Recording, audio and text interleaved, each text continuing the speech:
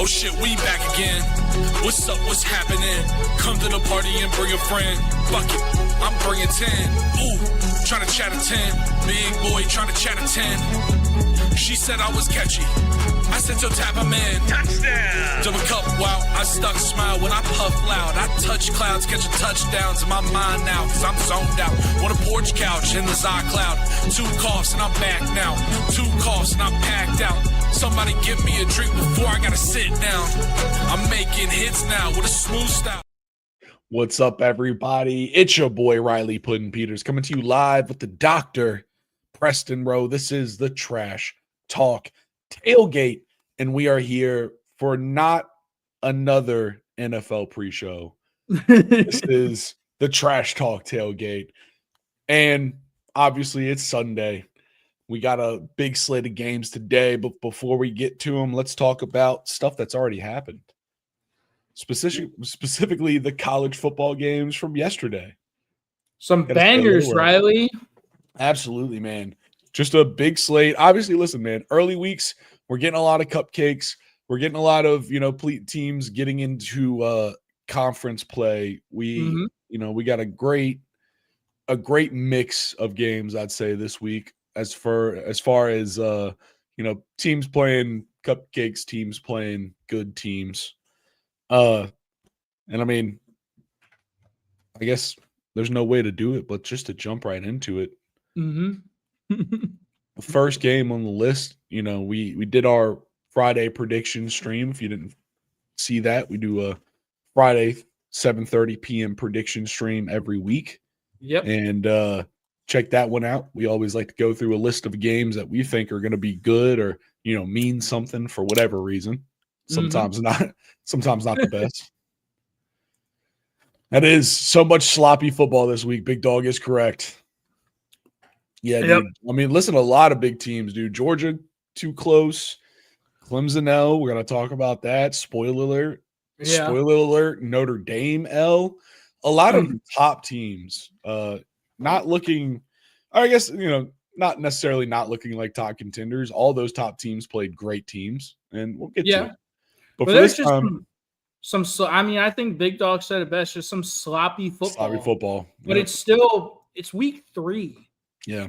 Teams are going to get better as the weeks progress and as the season, continues on.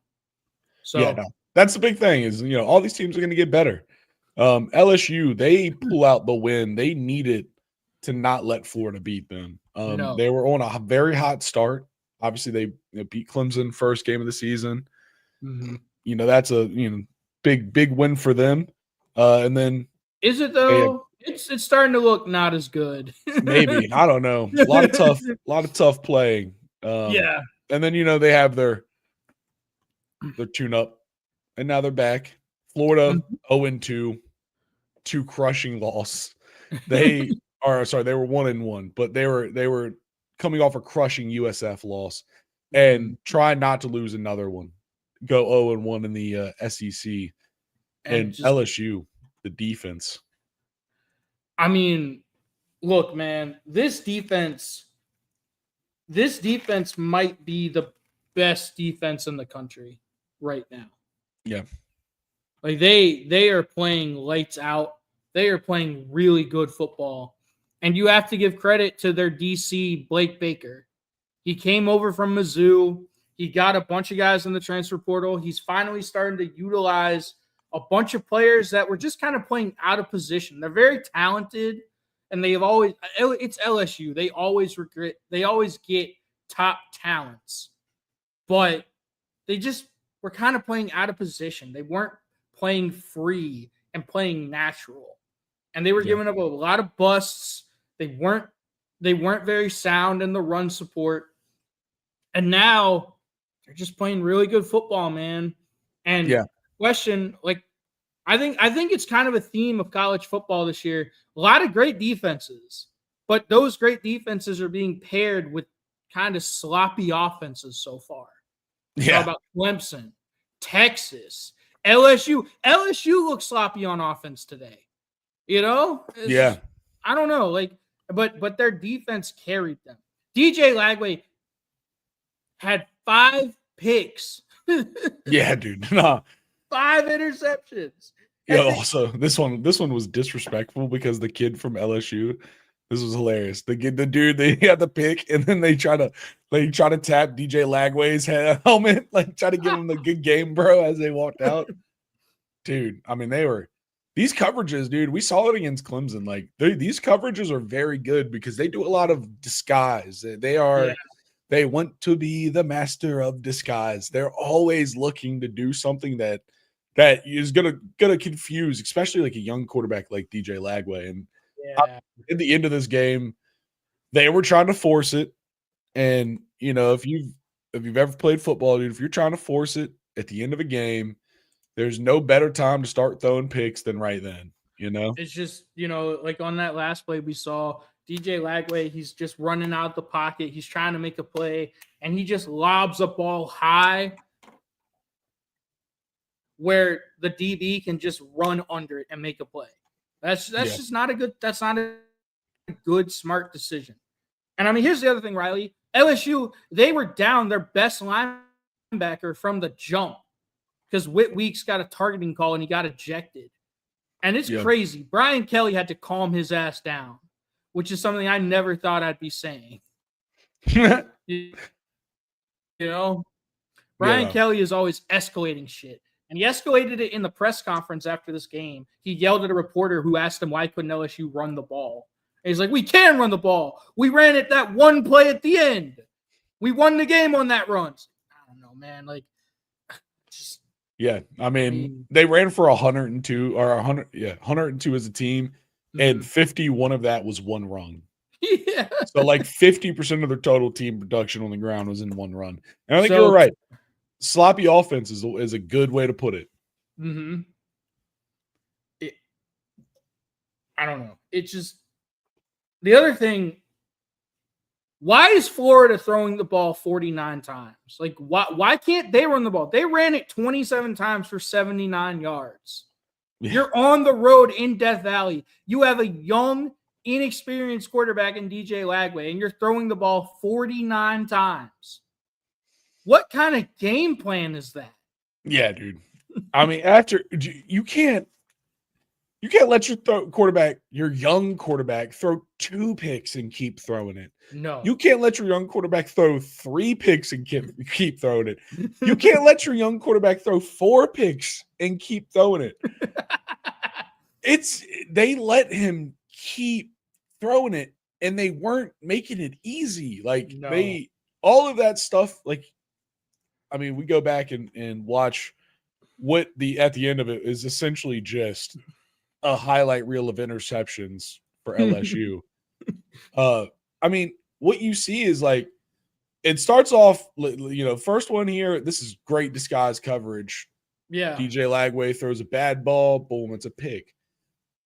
Oh, this one's one of the few offensive highlights from this game. It's a good throw, though. That's a great throw. Yeah. Nuss is very talented. DJ Lagway, but then here we go. Oh, no, this is his touchdown. All right, so there's a good throw. Mm-hmm. Look at that. He can throw the ball. And it's not like you're down big early. This is a tie ball game. Yeah. Why are you putting so much pressure on your young quarterback? That's just clean pocket, bad throw. The safety's reading his eyes the whole way. Yep.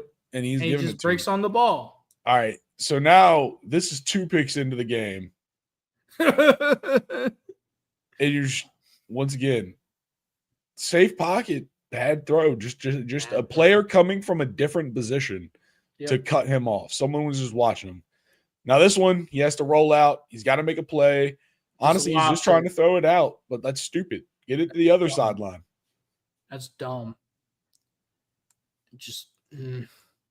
Yeah. Can't do it. And that's really like, that's the dagger. That's the difference maker for this. Is that he's just the LSU defense, they trick you. They're not going to give you what they're doing directly. You have to do some detailed reading. You've really got to study. And if you don't put in the work to figure out this LSU defense, you're going to be left in the water with sharks. I don't really blame DJ Lagway for this. I know he didn't play well, but A lot of this is on Billy Napier for putting his young quarterback in a horrible, awful position from jump. Like, Yeah. I don't understand their game plan. You have to be able to run the ball, and you can't throw the ball 49 times, Ryan. Dude, it's and you see he's struggling, and you're like, nah, fuck it. Like, we're just gonna keep chucking it. yeah. That's just I don't know. I mean, 33 for if there wasn't 5 interceptions, 33 for 49 for 287 really isn't the worst, right? It's like not that's bad. it's doing all right. Yeah, It's just like they're not making it easy on you. No. And you're not making it easy on yourself. Like sometimes defenses, they rely on certain coverages. You kind of know what you're going to get, and you got to figure out how to beat it. This is one of those situations. You never know what you're going to get when you line up against LSU. They're going to change it at the line. It's going to be weird as soon as the ball hike. As soon as the ball is hiked, you're going to get something different than what you were just looking at. So, it's not a great way to have a young quarterback and go into a place that's going to be loud, that's going to be raucous, that's going to be telling you to suck that tiger dick. Yeah. I mean, it's going to be everything that you don't want to play as a team like that, and you're not going to help your team out. It's not great. You're not going to help your quarterback out who's clearly rattled. Like, that's on coaching. I'm sorry. It did, yeah. The loss to USF was on coaching. You blew that game. And I don't know. It just seems like Billy Napier is kind of a dead man walking at this point. Would you agree? Yeah, dude.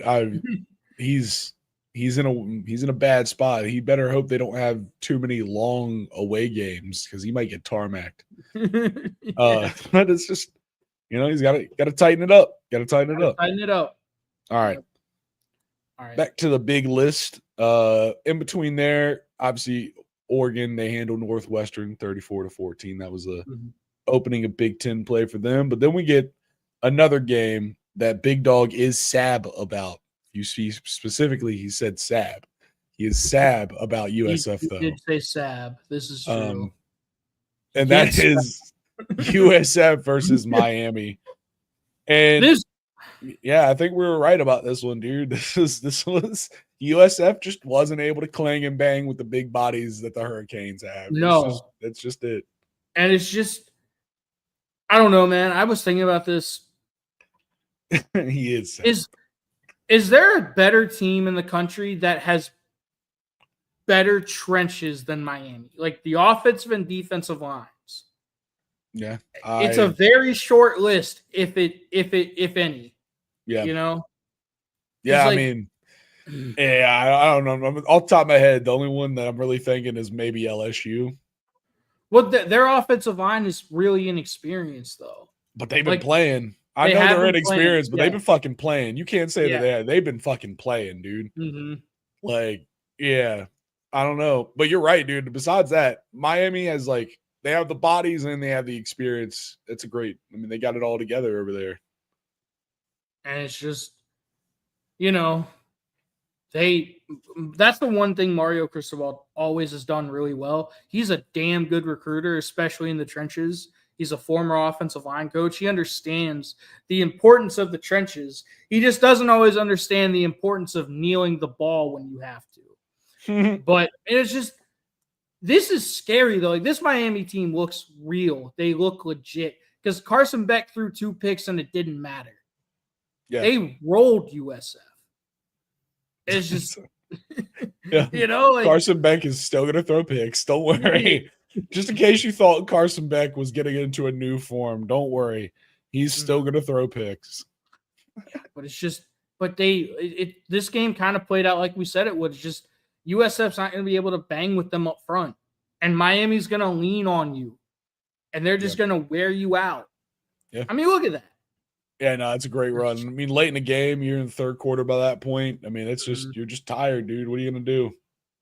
I mean, boom. Yo, the split T, what? Yeah.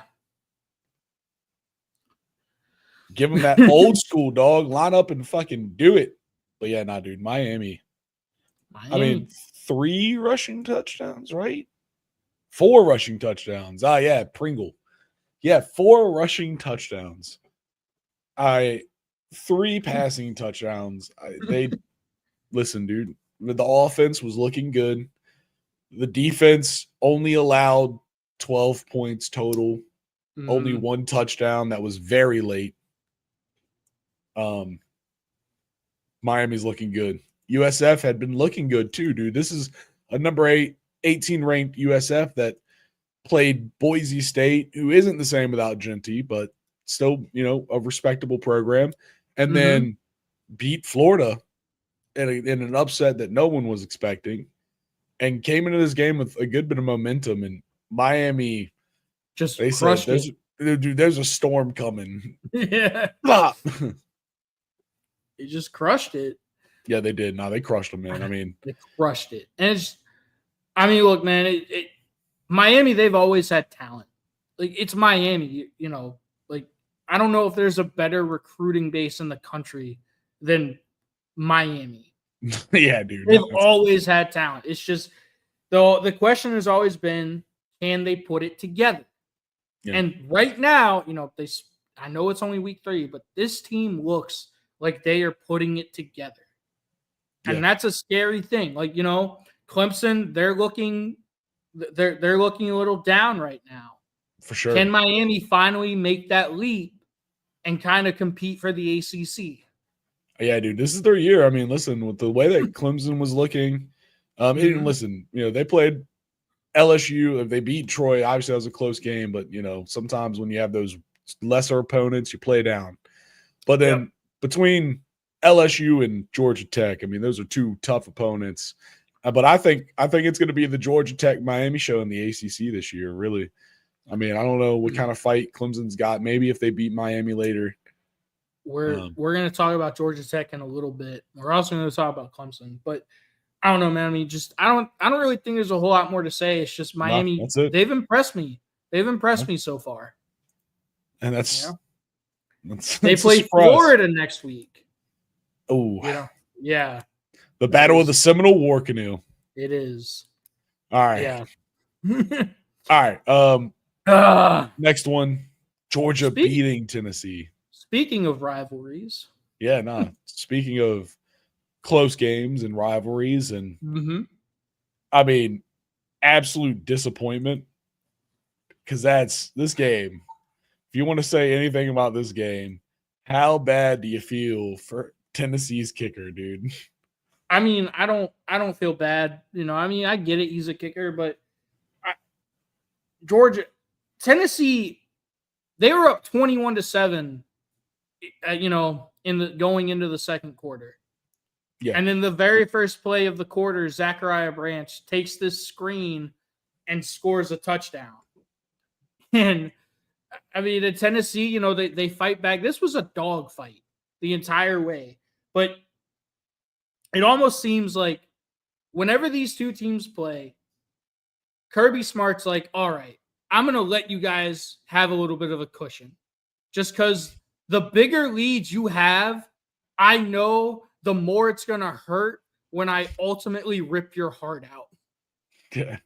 Does that Kirby make sense? Sick. Kirby is sick like that. It is true. Oh, my God, dude. Dog, like 100,000 fans at Neyland Stadium had their hearts ripped out. Not once, but twice. Because first, the kid misses first of all, it's a false start, back him up, and then the kid shanks it wide right. And we go to overtime. And then you've got to, because initially the game-winning touchdown was ruled short. And then they had to go to replay, and 100,000 people had to slowly come to the realization of, oh, shit, they're going to score this. He actually got the ball in. He crossed the plane. This is bowl. I mean, they're just lining up playing big boy ball. This one was. I was like, dude, that's a touchdown. When they called that shit short, I was like, nah, you're stupid. That's a touchdown. Yep. That's a touchdown. Give me that. But I mean, it's just Tennessee, they always start out fast against Georgia. They always seem to start out fast. Like I said, they go out and get a 21-7 lead early. So, Riley, look at this. Tennessee, they had 9 passing plays of 15 or more yards, but 6 of them came in the first quarter. So that means that the rest of the game, they only had 3 plays of 15 or more yards through the air. Yeah. And that just shows me that Georgia and Kirby adjust. They're like, okay, we got hit in the mouth. We're going to adjust. And we're going to shut your gimmick offense down. Because at the end of the day, that's what it is. It's a very gimmicky offense. It's a gadget style offense. Like, it's a weird offense. I mean, bro, like they've got receivers lined up way out on the numbers just to try to get a very light box. And that's hard to defend. But it's like we talked about in the pregame show. The best way to counter that is just have great athletes all on defense. Yep. You know, like the best way to cover space quickly, like Tennessee wants to try to take advantage of, is just be able to outrun dudes. Yeah. Cover ground quickly. Yeah, dude. I have people that are very fast and they can do stuff. And Tennessee, like you said, they got a quick start and they had the chance to ice it and it missed. Yep. And that's just, that you can't. If you're Tennessee and everything comes down to that moment, you can't. You can't. And he did. Can't do it. And then they had to settle for the field goal in overtime, but boom. Yeah, and again, that is another tale of Georgia adjusting and Tennessee is not adjusting. Yeah, no. And I agree 100%. That's it. That literally is it. Like the longer this game went, the less chance Tennessee had. And they should have known that. Yeah. They took their foot off the pedal, man. They let a very dominant Georgia defense get comfortable when they had them shook. I mean, the opening of this game, dude, Tennessee came out with some haymakers, and you're right, it was gimmicky, but damn it, it goes to the end zone, dude. Those gimmicks get in the end zone. But yeah. The question, like I said, Tennessee, they always start out fast, especially against Georgia. But then once you hit that initial blow, and once you throw those punches and Georgia starts punching back, how do you respond and how do you adjust? Yeah. And they didn't make any adjustments. And it's like you said, man, the longer this game went, the less chance Tennessee had to win it. Especially once it went to overtime, you knew, like, Georgia's going to win this. It felt like as much as the Volunteers were fighting, it was as much as they just seemed to be punching air. Like, they were swinging, but they weren't really hitting. I mean, you get plays like this all in the beginning, just these busted coverages. Yep. Go Jesus, go Canes. Hurricanes. Yep. Oh. Actually, the Hurricanes kind of beat the Jesus out of Notre Dame previously, so. They did. And so Chris Braswell, the Tennessee receiver, he had 6 catches, 177 yards, and 3 touchdowns. And I mean, they were a bunch of big, explosive, busted coverage plays. And then he didn't do shit the rest of the game. Georgia adjusted. They started to shut it down. They kept everything in front of them, and they were rallying to the football, and Tennessee wasn't hitting those big haymakers and those bombs anymore. And Georgia made Tennessee drive the length of the field without explosive plays. And that's hard to do. You're a Clemson fan. You know how hard that is right now. Oh, yeah, no. I mean, listen, dude, that's hard to do against anyone. But in the SEC, nonetheless, it's even more challenging. And against the top of it, it's even harder. Yeah. But, yeah, dude, Georgia, they squeak out the 44-41 overtime win versus Tennessee, shutting Neyland up in the process. Yeah. I wonder if any Bulldogs sang Rocky Top that night. That'd be kind of funny. Oh, the Georgia band played it at the end of the game to troll them. Oh, no way. Yeah, dude. Rocky Top. That's funny. Oh, they were very sad on Rocky Top. All right. Arch Manning got booed playing UTEP. He did. Okay, Riley, I know we're not going to spend a whole lot of time on this, but I do have some copious notes on this. Yeah, okay. So, first of all, did you see what Sark said this week about Arch Manning? No, what did he say? So, there's some viral videos and some images going around of whenever Arch is throwing the ball, like whenever he's in the process of throwing, his face is grimacing, like he's in a lot of pain. But he's not getting hit. He's got a clean pocket, and he's just grimacing when he throws. So Sark was asked about that, and do you know what his response was? What? He said, look, I don't know what kind of faces y'all make, but if we put a camera when y'all go to the bathroom, I'm sure y'all would make some pretty crazy faces too.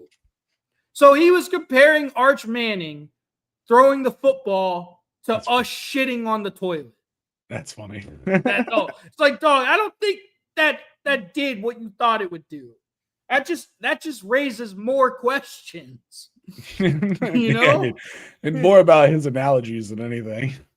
And the other thing is, so Archie did get booed, like we said. He got booed at DKR, which is crazy. I mean, dog, he was 11 of 25. He had 9 straight incompletions. And that's when he started to get booed. And he wasn't accurate. Like, he was missing wide open throws. He was dirting throws. A lot of what we saw against Ohio State, he was doing against UTEP. Yeah. And I have a question. And I don't think anyone's brought this up yet. But I have a serious question. All right. Oh, what's up, Daniel? We appreciate you joining us. What up, Daniel? Yep. But I have a serious question. Yeah. So, Quinn Ewers, 2 years ago, they go into Alabama and they beat Bama and Nick Saban on the road. And Quinn Ewers has a great year, you know? Mm-hmm. And they go to the college football playoff. Last year, Quinn Ewers has a kind of a bad year. And it just seems like every year Quinn Ewers got worse. The more football we saw Quinn Ewers played, the worse and worse he got, despite being more and more experienced. Arch Manning has been in this system now under Sark for 3 years. This is his 3rd year in this system. And he's doing a lot of the same things that Quinn Ewers was doing last year. Side-arming throws, being incredibly inaccurate on just layups, just missing them. Is it a Steve Sarkisian problem? I mean, I'm not joking. If your team's not performing, there's usually only one person to blame. You could usually start one place. Just think about this, Riley. People might think I'm crazy, but now go back to the NFL. So in 2016, the Atlanta Falcons, their offensive coordinator was Kyle Shanahan. And then they go to the Super Bowl. They blow that Super Bowl in large part because of Shanahan. But Matt Ryan wins the MVP. Kyle Shanahan becomes the head coach of the 49ers. And Steve Sarkisian replaces him. Matt Ryan never got to that same level ever again as a quarterback. True.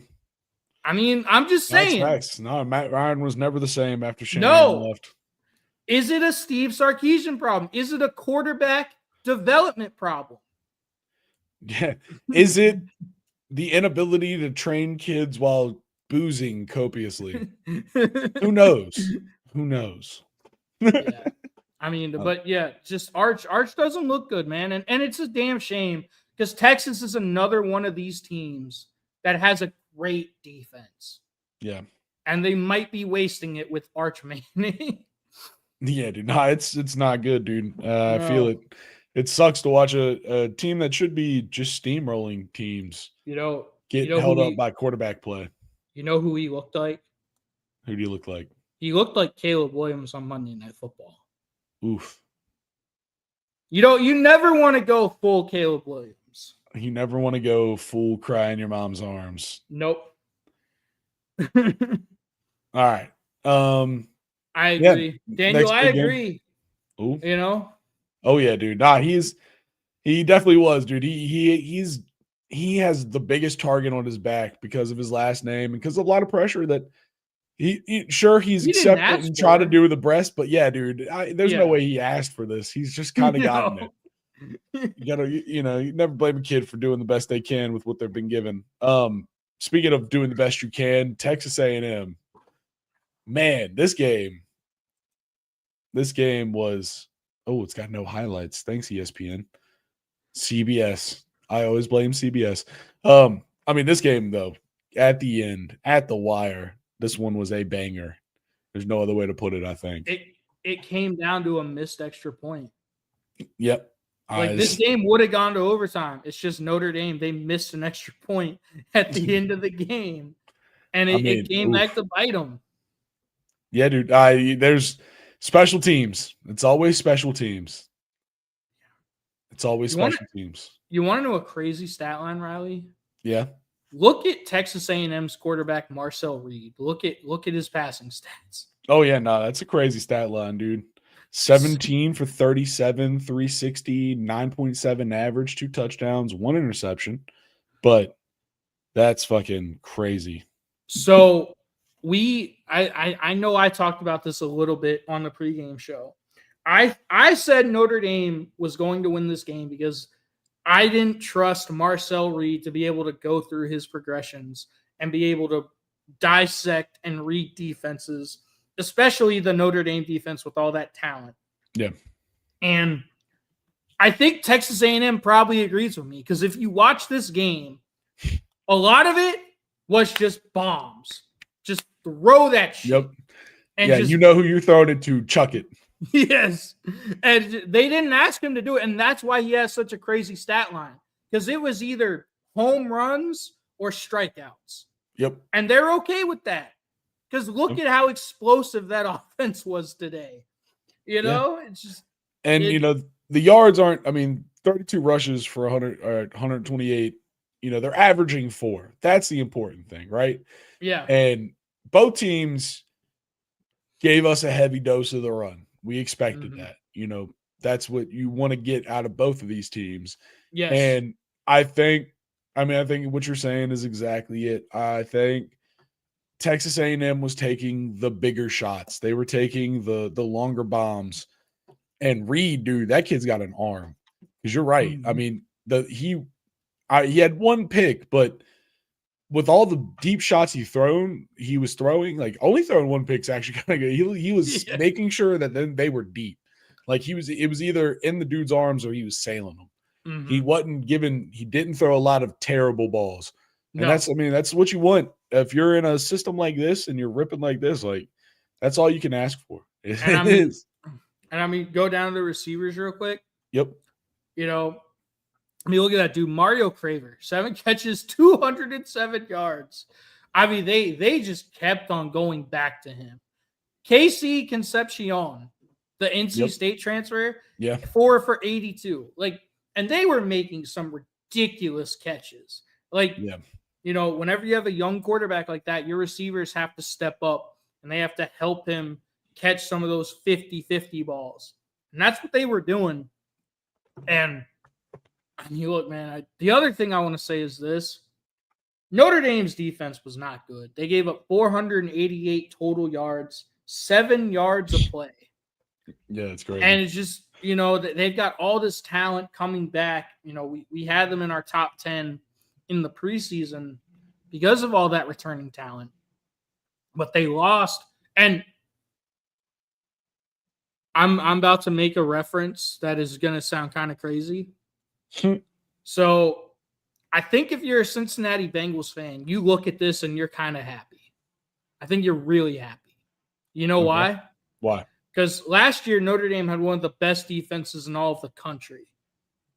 And their DC was Al Golden. Al Golden is now the defensive coordinator for the Cincinnati Bengals. Okay. So if you're a Bengals fan, I think you see this and you're like, damn, all that returning talent, and that's what you do against a good but not great Texas A&M team. Whoa! That's a 3-0 Texas A&M squad. Listen, seriously though, Notre Dame is obviously they got some issues. Whatever it is, they got some issues. But Texas A&M had fight. Yeah. You can't. I get it, but in college football, none of the teams, maybe Georgia, them playing Georgia. Now we're talking about, all right, they're going to have to fight their absolute dog out, but most of the teams they're going to play, dude, we've not seen the cleanest of football from anyone. There's there's no one team that is playing elite, clean, clinical football right now. Mm-hmm. And so a team with heart and fight like Texas A&M was showing, that's gonna be it. Look at teams that have that, dude. We're gonna get to them, but like Georgia Tech, that's a team that's got heart. That's a team's got fight. I mean Georgia, they, that team's got fight. That team's already you're never gonna beat them easy. It's never gonna be easy. No, that stuff that's gonna make the difference. So I don't know, man. I feel like this Texas A&M team, they keep their momentum up as long as they don't lose a stupid one to someone that they should beat. Like if they keep themselves in those and they just keep themselves in dogfights, that's a team that can do something, man. Yeah, man. I mean, it's the SEC. You never know what can happen. Yeah. You got to play your best every single week in the SEC. All right, Riley. No, it's time. Are you ready? I'm not. I mean, before we get there, though, I guess we should mention Vanderbilt upsetting South Carolina. Lenore Sellers goes out. Yeah. Vandy was probably going to win this game with or without Sellers. Yeah. They played good. Really well. They played very well. So well, Theo Vaughn is going to go on a date with Diego Pavia's mom, apparently. I saw that. I thought that was hilarious. That is hilarious. But yeah, dude, South Carolina. That's in a week of losses from a lot of squads, dude. The state of South Carolina really didn't do that great. No. I mean, dude, did not do that great because going down, we have Georgia Tech versus Clemson. I mean, this was a great matchup. I mean, really, dude, if you didn't watch this game, I'm sorry. You missed excellent offense, like a great offense and two great defensive minds, two great head coaches. Oh, this was hilarious. Cade Klubnik having to jump it. Oh, that's funny. He went for two low tush pushes and they just didn't get him. And then he came up on fourth and goal and was like, we got to jump it. We just got to jump. Just jump, dude. Just fucking jump. But, I mean, Clemson, it came down to Cade Klubnik. He had a fumble early in the game that led to the touchdown that you see at the very beginning of this. Mm-hmm. So we hold them on a very, very good opening drive. Mm-hmm. We hold them. And then, boom, you're letting this up. Actually, that's not true. Hold on. Very first opening drive, we stopped fourth. We stopped on downs. Yep. He turns it over. Then that we stop him for a fucking field goal. All right. Then Cade Klubnik comes out 3 and outs us.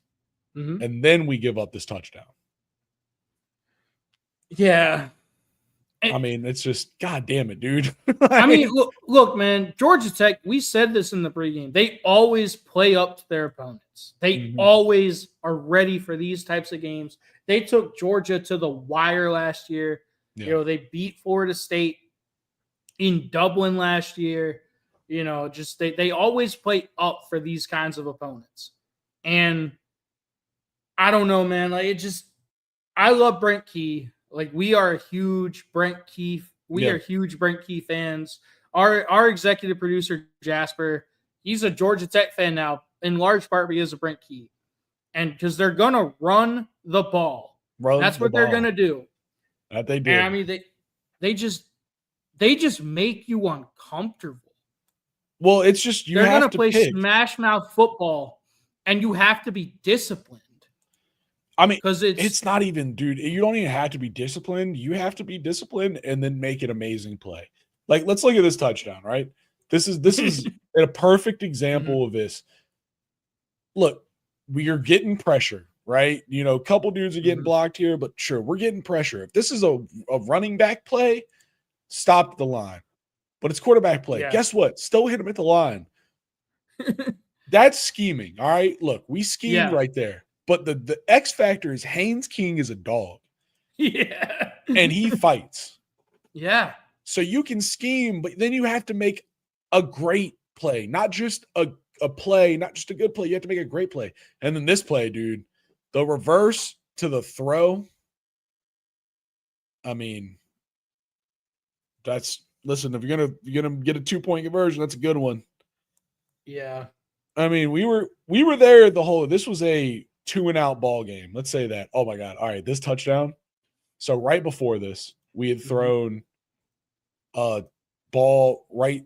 It was like right here, right in the back. God caught it, but he looked like he got it. They initially called it a touchdown. They overturned it. Yep. And then the next play, right up the middle with Randall, and I went, overturn that one. I was like, please overturn that one. But all this, and I got to give Brent Key the biggest balls in coaching award. Brent Key, you deserve this win. Yes. Because you had 2 timeouts. You marched down the field, and with seconds left on the clock in a running clock, no timeouts, 4th and 3, you walk your kicker onto the field to kick a 55-yard field goal, and he drills it. And that's the game winner. I mean, dude. All right. Whatever, dude. Whatever. This is a hard team. This is a hard fart game. I mean, this was a great game. Coming down to that it's a heartbreaking loss for Clemson. It is. But now, Riley, like, I've said everything I want to say about Georgia Tech. Like, and if you go look at their schedule, they have a very real chance to be in the ACC championship game at the end of this year. Because their schedule is easy. Their schedule is ridiculous. And, like, as long as Haynes King stays healthy, because that's the X factor. Because they play so hard for him. They love that, man. And you could see it just in how hard they play for him and how hard they play for their coach, Brent Key. And I don't, honestly, though, like, this might be a little bit unfair, but I don't know if Clemson plays hard for Cade Klubnik. No, I don't think so. I mean, when we started towards the end of the game, when we were really getting rolling, like leading into that last touchdown that I was talking about, the Adam Randall up the middle, before that, leading into that, we had ran the ball with like 5 different people, including Cade. Cade was taking off with his legs. And we were starting to open up the playbook. And at that point, you really saw us be like, oh, okay, nah, we got this. We got this. Like, the team's here, we're playing, we can do this. But it was too late, man. We kicked on those burners too late, and you can't do that. But overall, man, this is just as close of a close battle as you can get. So, Riley, I know you're a huge Clemson fan, but I have some pretty sobering, copious notes about the Clemson Tigers right now. Is it how many college football playoffs we've made it to? It is not. No, it's okay. some. I don't know. I don't want to make you cry, but so from 2020, from 2012 to 2020. That was kind of like the ascent of Clemson. Yeah. You know, you guys started having Sammy Watkins, Taj Boyd, like that era when Clemson was really on the rise. You lost a total of 2 games to unranked opponents. So now, from 2021 to now, which is 2025, you have lost 8 games to unranked opponents. That's kind of alarming. I don't know. So I feel like that's what you expect, though, man. Like, every team we play gives us the best they can. Yeah. Like, the era that you're talking about previously, Clemson was literally like a bottom of the barrel team. We didn't lose to a lot of unranked teams because no one expected. We were the team that you played down to. But you were on the rise, so you were winning national championships. Like, at the very end of that list, at the very you won one in 2016. I know, that's the middle of that. All right, to the middle to end. Yeah. Oh yeah. But The you middle get my to point, end, though. we won a national championship. I see what you're saying. So now, okay. Wait, hold on. How many college football playoffs in that era did Virginia Tech make it to? Virginia Tech didn't go to any, but that's all right. All right, let's keep going then. We're gonna talk about Tech in a little bit. So now, each of the last 2 years, not including this year, but 2024, 2023, Clemson has lost 4 games in each of the last 2 years. So that's 8 total games. Scary. Each of the last 2 years. That's not good. I mean, we just got to find a quarterback, dude. I mean, if you look at it, the difference between that era and the eras now is that we haven't had a quarterback. I know. Like and that's, it's somewhere out there. There's so many good quarterbacks, and you're like, when are we going to get one, dude? Come on. And I have some more. I have 2 more stats for you about Clemson. So since the start of last year, so 2024, yep, Clemson against Power 4 teams is 8-6. Yeah. And since the start of 2023, so that's going back 2 years now, against Power 4 teams, Clemson is 15-10. So you're obviously very talented. You've got a shitload of talent on the roster. But I feel like, and shit, man, I mean, this is just as sobering for me because I picked Clemson to win the national championship. And they could still put it together. It's a long shot, but they have the talent to do it. It's true. But I'm not gonna pick them, now. But no, not anymore. You're a very talented team that just loses games that you shouldn't at this point. Like that's who you are. You're what Miami was for a long time. You're what Texas A&M was for a long time. Like LSU without Joe Burrow, who would just lose head scratchers with all that talent. Like Auburn. Auburn has all that talent every year, and they just lose games they shouldn't. That's the program Clemson is now. Yeah, unfortunately. Does that make sense? No, and we fell into the trap that I think every team that you just listed there ran into, man. We're recruiting, but it's like one position. For us, it's quarterback. And I feel like a lot of those teams you mentioned, it was always kind of the quarterback. I mean, that's the thing, right? It's like that's their team. I mean, if you look at this game, Cade Klubnik had 2 turnovers. He had a fumble and an interception. And if you look at this team stat line and you look at how even everything is, dude, look how even everything is here. Yeah. And then you get down to here. And that's turnovers. The difference. Turnovers. And so you're right, dude. I mean, I agree. It's so sad. It is. And it's I mean, this is a Dabo thing it's it's the live by the sword, die by the sword to Dabo Sweeney. Mm-hmm. Because he loves his players. Yeah. And he's not just going to give up on Cade Klubnik. No. I need him to. I need him to give up on Cade Klubnik. I need him to maybe Garrett Riley, but I definitely dude, in this game, I mean, I got some beef with Garrett Riley still, dude. We had 2 third downs that we attempted to go for with screens. Mm-hmm. One was a 3rd and 4. All right. Georgia Tech has a linebacker named Kyle Efford. Kyle Efford is a dog. Kyle Efford is all over the field. He will be playing on Sunday. Yes. He is everywhere. Mm-hmm. And we ran an inside tunnel screen with a wide receiver right at him on 3rd and 4. Guess what? Play got 1 yard. Blown up. Dude, and it's just – and that was actually the 3 and out that I was talking about that led to the first touchdown on that they showed on there. Mm-hmm. That Georgia Tech, that was the 3 and out that led to that. It's like, dude, just this – Well, I have one more thing, Riley, and it's to your point. So if you go and look at the stats, Georgia Tech, they had no tackles for loss. Yeah. It's not like, they were just blowing up Clemson. They had no tackles for loss in this game. And it's just the overarching theme of Clemson the last few years where everything offensively just looks hard. It's inefficient. It's ineffective. They're not hitting big plays. It's so crazy, dude. We have so much talent.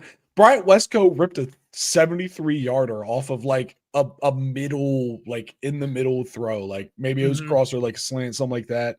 Yeah. It wasn't anything crazy, and he ripped 73. And it's like, hey, Where is that? doesn't that seem like it'd be pretty fun to do the whole game? Right? Yeah. Like let's fucking I love that we have a running identity, and I never want to disrespect the running identity, but our running identity didn't take off until we got the quarterback and the running back involved, because our run scheme we do zone. We don't do a lot of gap scheme running with just the running back. We do a lot of zone running, and that shit was not doing anything.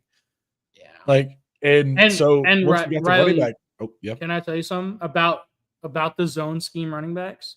Yep. So typically, if you want to have a zone scheme back, you need a running back with great vision. Yeah. You need a running back with vision. Yeah. And they have a converted wide receiver playing running back. Like, I'm sorry, I don't know if I trust his vision to run a true zone scheme. I mean, honestly, it's not even his vision when we run. Half the time when we run those fucking zones, it's like 1 yard. It's not even his vision. There's no fucking hole. Like, that shit doesn't work right now. Like, the way that college football is being played, those simple zone schemes just don't work. The running games that you see that are successful, when you watch Georgia, when you watch Georgia Tech, when you watch these teams that are going to get big yards, they run power gap schemes. They fucking highlight a spot and they run to it. And we don't do a lot of that. And then when we finally started doing a lot of that fucking picked up. And when we started getting Cade Klubnik involved with his legs, that's when it started picking up. Mm-hmm. I mean, dude. That he fumbled. At the very end. Well, at the end, Clemson started looking like the Kentucky bootleggers, dude. We ran QB blast like 3 times in a row. I mean, they're trying to Shout out Jack Lee. Shout out Jack Lee. but that's just, we're out there running QB blast right up the middle and doing options and all this stuff that opened up the field, and we were actually able to move the ball, and it pissed me off because we looked so good, dude. It was effortless the way we moved the ball against Georgia Tech. And, it sucks that we didn't do that until the fourth quarter of a close game. Little, too late. And we didn't have a chance to get a second drive that looked effortless. Yeah. It sucks. Yeah, dude. If we'd have looked like that all season, we'd probably have 100 total team points, dude. It was crazy how easy it was. Maybe we found it, though. Maybe this loss will kick us in the fucking dick. Because we shouldn't have. I mean, this is just, we lost like that. Hey, listen, I'm glad to give Brent Key a cornerstone victory for his cares. Listen, that's a huge win for that program. That's a great win for that program. Brent Key is a great coach. He earned it. All of this talk is to take nothing away from how well Georgia Tech played. Like, I'm just trying to diagnose Clemson, but he's got the Randy Marsh balls, dude, and he is not afraid to let them fly, dude. Oh my god, dude, when he used his last time out and they still had like 40 something seconds and like a couple plays to run, and I was like, no way he's planning to run his field goal team on the field and just take the shot like that. And damn Skippy, if that wasn't, he watched the Chiefs do it right before halftime. He said, hey, Andy, I can do you one better. I'm going to win the game on a 55-yarder. Georgia Tech's kicker has never kicked anything farther than a 51. Not even attempted anything farther than a 51. But that's him knowing his kicker, because a lot of times, dude, hold on. Whenever you have a kicker in that situation, you don't want him to think about it. You don't want to ice him. You just want him to run out there without any time to think about it and just fucking yeet it. Yeah. And that's what he did. And he drilled 20 seconds. All right, so we get to play 20 seconds. They had 20 seconds to get on. Yeah. That's insane. I hope this video shows Brent Key on the sideline when the ball's flying, because they showed this like on broadcast. They showed this beautiful shot of him, like just like, it's like he knew. I fucking knew it. I mean, dog, with balls like that, like, how couldn't he have known? There was no way. Dude, they stormed the field. Bastards. Yeah, dude, they tore the goalposts down. I mean, this is a huge win for Georgia Tech. They tore both goalposts. So, there are a few more games that we can just highlight very quickly. Wait, Alabama. Right at the end of this, I just want to see. I want Yeah. to see if they show. I got to see. It was like right after this in broadcast, right after they showed. No, they're not going to show it. Damn, dude. I wanted you to see this Brent Key. It was such a fucking awesome Brent Key moment. I'll see it later. Like I'm not I know. I'm upset. I'm not tripping on it. Yeah. But yeah, so Alabama beats the shit out of Wisconsin 38-14. Ty Simpson looked good. Yep. Only had 5 incompletions, 382 yards, 4 touchdowns. He looked good. He looked on time. He looked on rhythm. Ryan Williams had a huge game. Yeah. 2 touchdowns, $165 on 5 catches. And one of them was this beautifully designed screen that was just nasty.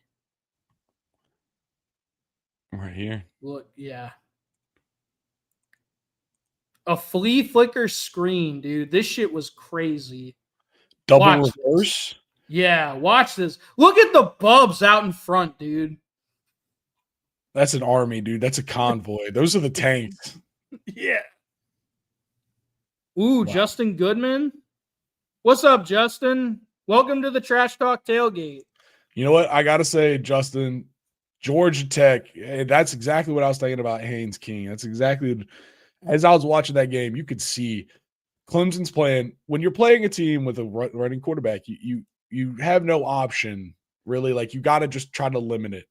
And Clemson's game plan against Haynes King was every time he ran the ball, they would hit him with a fucking shot, dude. He was going to the ground getting hit. And, by the end of the game, you could tell, but he was still playing his heart out. So, yeah, that kid's got to stay healthy. He is their entire team. He is. And you know what? I mean, their schedule, if he could stay healthy, their schedule lines up perfectly for them to be in the ACC championship game at the end of the year. Yeah. And potentially have a college football playoff berth. Yeah. And I'll say, to your other point, Justin, Jay Haynes is an amazing running back. He is a great running back. But against the top of the cream of the college football, that scheme just isn't – if you watch that Clemson game, Jay Haynes wasn't going to beat Clemson. Like, he just wasn't, dude. They made a point to make sure that it had to be Haynes King. And I think you're going to see that, especially against Georgia, which is your next true great test, I think. So through most of the season, I think the challenge for Georgia Tech, if you're talking to Brent Key and you're like, what's the one goal he needs to do through this, relatively easier walk of a season? I don't want to say it, but it's there. Yeah. He's got to make sure that Rutherford, the wide receiver, and Jay Haynes do a lot of the carrying of the schedule. And Justin, you're right. You miss out on Florida State, Miami, and SMU, and you already beat Clemson. Yeah. So you got away from all the rough ones. Yeah. You're gonna dominate Virginia Tech. That is my team. You're gonna dominate us, and I am not looking forward to that. Yeah. No, Justin. Just so you know, this is D1 coach. This is Trash Talk Tailgate. Please subscribe. He's a D1 coach. I like to talk about football. We do this shit. And we're here. We're here on Fridays at 7:30 p.m., Sundays at 11:30 before your NFL slate. And Tuesdays, if you like NFL, Tuesdays we do an NFL wrap-up. All of the live streams, check out, subscribe. You can find us on all social medias at Trash Talk Tailgate everywhere. We got all kinds of clips going out. Check us out, man. Stay around. Yeah, we hope you come back, man. But yeah, back to this Alabama. Yeah, Ryan Williams, dude, that 75-yarder was dirty. So really, he did 1 for 75 and then 4 for 90, which is still a dirty stat line. Yes. 4 for 90 and 1 touchdown is a dirty stat line for a wide receiver alone. And he did 2 games. Ooh. All right. Oh, he subscribed. Appreciate you, Justin. Thank you. Yeah, appreciate you, brother. Yeah, Georgia Tech, dude. This is a great time to be a Georgia Tech fan. You guys are on the rise. Absolutely. We love Brent Key. We are a huge Brent Key show. Yeah. So Michigan, Riley, just a few more notes. Yeah. West Virginia, they beat Pitt in the backyard brawl. They did. Close one. Bitter rivalry. And I just, it's the backyard brawl because at the end of the game, both fan bases are pissed off. And I just want to point this out. It is hilarious West Virginia, they can't escape it.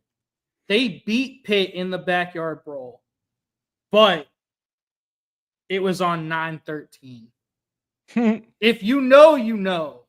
If you know, you know. If you know, you know. That's rough.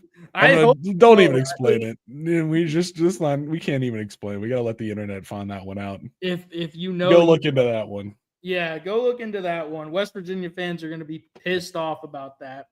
Oh, you had to do it to me, Riley.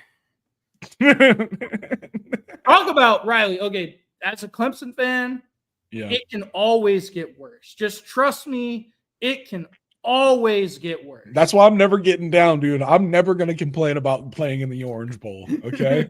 I will never complain about playing in the Orange Bowl. I love being in bowl games. I don't give a shit, dude. I like being a contender. That's all that matters. I just remember when I was a kid growing up, Tech fans would always complain, "Oh, we're in the Orange Bowl again. We're in the Orange Bowl. Do you miss the Orange Bowl now?" I'm dead serious. You have to be 0-3. I appreciate you, Justin. Yeah, dude. Give him besitos. He needs kisses.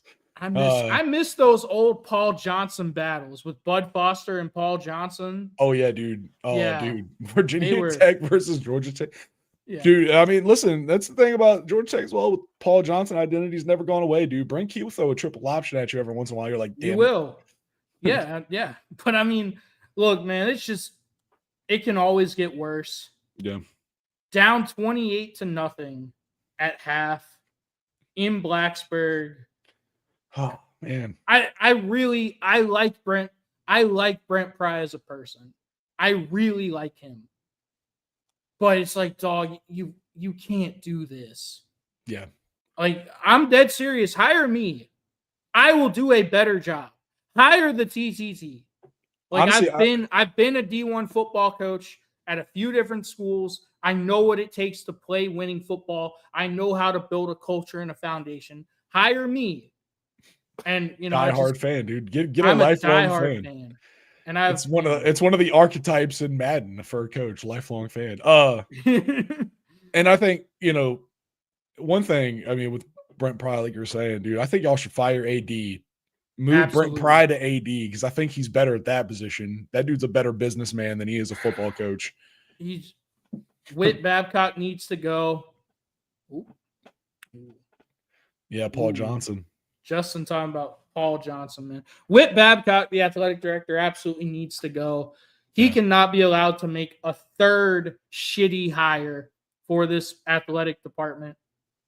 And for this football team, look, man, we're 0-3. This is the first time Virginia Tech has started out 0-3 since 1987. Do you know how long ago that was, Riley? That was Frank Beamer's first year. Oof.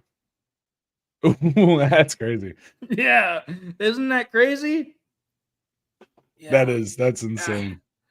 But I do have a fun fact because it's really bad. I don't see it getting better unless we just clean house at the Merriman Center.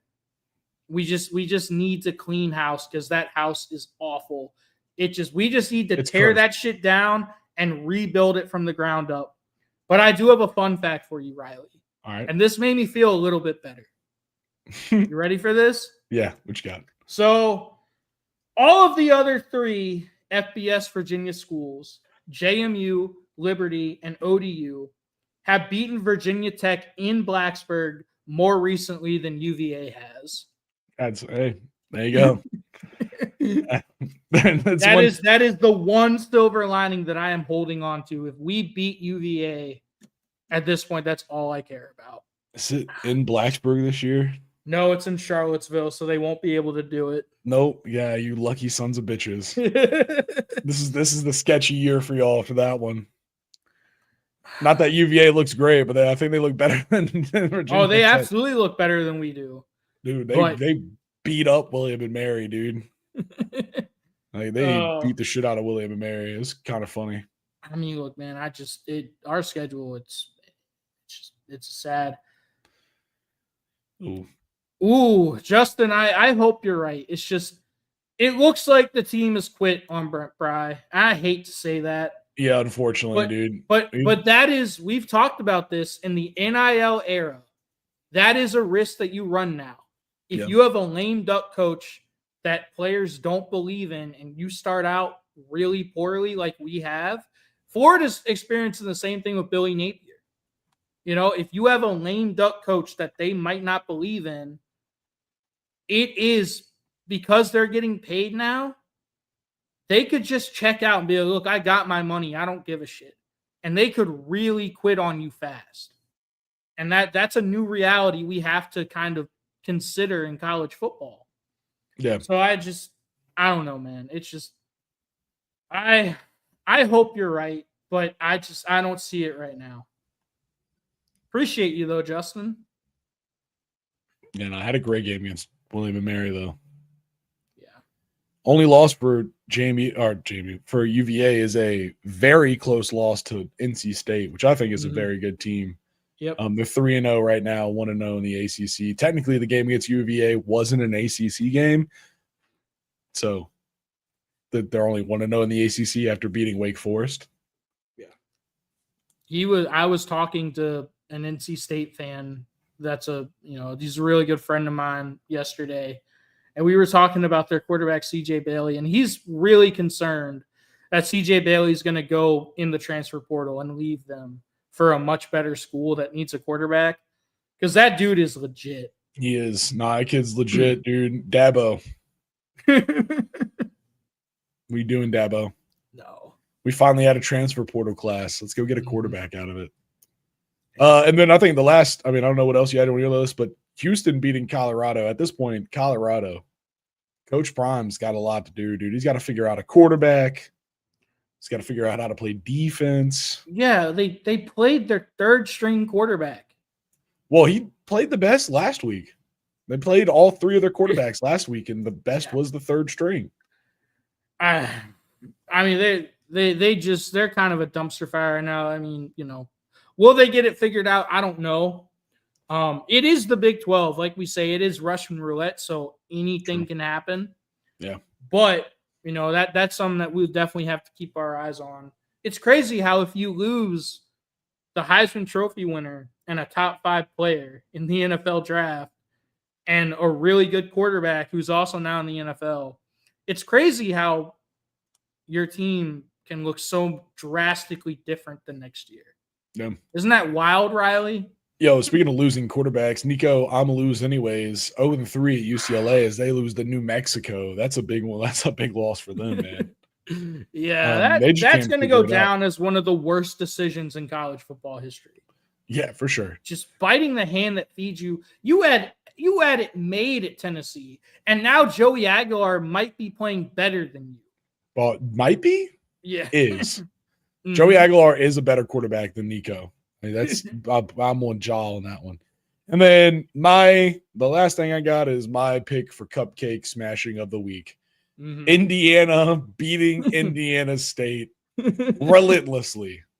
Mm-hmm. They had 38 total passing yards, dude. That's the craziest stat I've ever seen. I got 38 passing yards. Yeah. Ooh, God dang. Dude, 38. Yeah. Look at Justin. Justin knows ball. Yeah. Thank you for tuning in, Justin, dude. We appreciate it. Yeah. Riley, go ahead and flash the schedule. Oh, yeah, dude. Yeah. Gotta flash Talked about it enough times. We gotta flash it.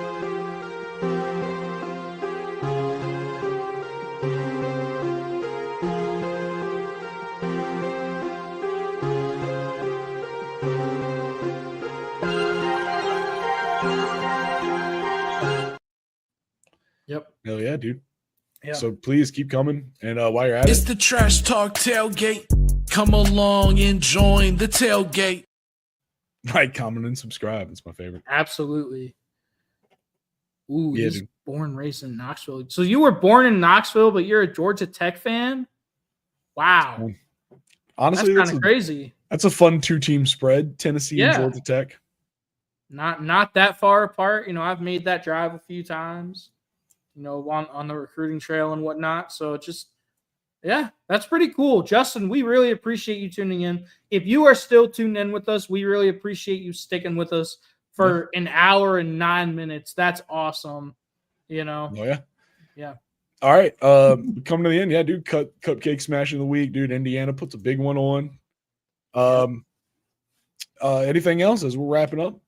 Nah, man. Just appreciate everyone for tuning in. Like you said. Oh, his brother's a UGA fan too. That's crazy. But yeah, you know.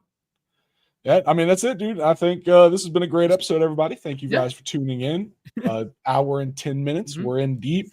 We have the NFL games coming up, so we hope everybody enjoys their Sunday watching their football fix. We appreciate everyone for tuning in. We'll be back on Tuesday at 2 p.m. for the NFL wrap up. So if you like NFL, come back, keep doing it. What up, Orca brother? What up? What's up, Shamar? Shamar was playing flag football today.